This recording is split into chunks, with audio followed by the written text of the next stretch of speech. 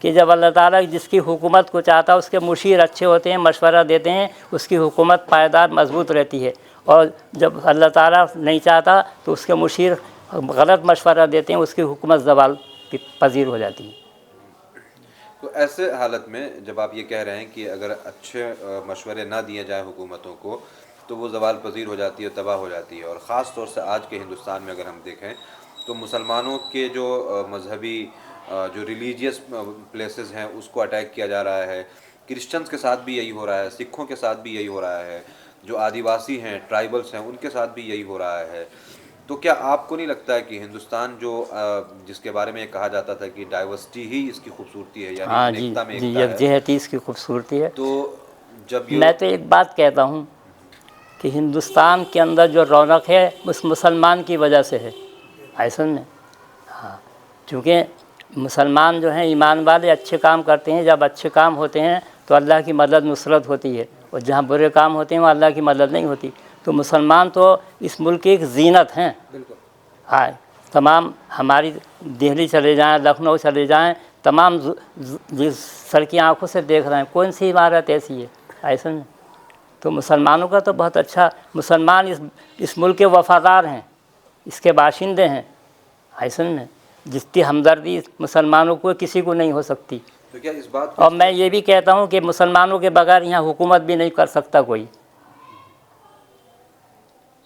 مفتی صاحب ایک بات ہم نے دیکھی، میں ابھی ایک راستے میں آتے ہیں بیان سن رہا تھا تو وہ یہ عرض کر رہے تھے کہ جب ایک گولڈن ٹیمپل توڑا جاتا ہے یا اس پہ کوئی بات ہوتی ہے تو وہ اتنی کم تعداد میں ہوتے ساتھ اس پہ سرکار سے کام کرا لیتے ہیں، لیکن ہم 20 سے 25 کروڑ ہوتے ساتھ اپنی بات نہیں منوا پاتے۔ 20 سے 25 کروڑ نہیں، بلکہ میں تو یہ کہتا ہوں کہ 42 سے 44 کروڑ مسلمان ہیں۔ بالکل ہوں گے، وہ میں مان سکتا ہوں، یہ بات میں ہم ڈسکشن بھی کر رہے تھے اس بات کو لے کے، لیکن میں یہ جاننا چاہتا ہوں اور بھی ہمارے برق صاحب بھی یہی کہتے تھے کہ مسلمان 42% ہیں، اور میں بھی یہی کہتا ہوں جی 42%۔ سوال یہ تھا کہ ہم 42 کروڑ ہوتے ساتھ اپنی بات منوانے میں کیوں مطلب سکشم نہیں ہے، اس کے پیچھے کی وجہ آپ نے ابھی دیکھا کل کے پرسوں میں کیا کر سکتے ہیں، کوئی سننے کے لیے تیار نہیں، ایسا آگے کا ایسے وقت میں ہم کیا کریں؟